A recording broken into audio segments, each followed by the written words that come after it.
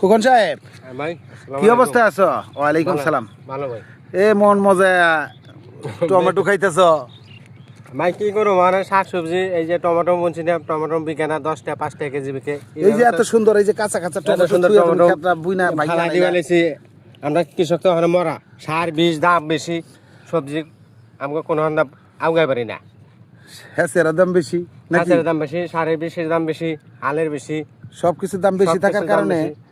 এই ক্ষেতটা জমিটা ভাঙিয়ে দিলা। বাজারে শুকনা সব কিছুর দাম বেশি, আমরা কিনা খান লাগে বাড়তি দেয়। অনেক কাঁচা মালে আমরা বাড়তি যদি না পাই বাজারে, তাহলে আমরা চলম কিভাবে, কৃষক বাঁচবো কিভাবে? হ্যাঁ তো ভাই ঠিক কথা কইছো ভাই। দেখছেন কৃষক একদম একদম মানে কি একদম কষ্ট করে, একদম ইয়ার চেয়ে ছোট কৃষক আর নাই। খুব দিন মজুরের মতো কাজ করে খাই। এর মুখটা যদি এই ধরনের কথাবার্তা হয় তাহলে দেশের এই অবস্থায় কি করা যায়? তো ভাই ঠিক আছে, ভালো থাকবেন ভাই। ইনশাআল্লাহ। আসসালামু আলাইকুম। ওয়ালাইকুম আসসালাম ওয়া রাহমাতুল্লাহি ওয়া বারাকাতুহু।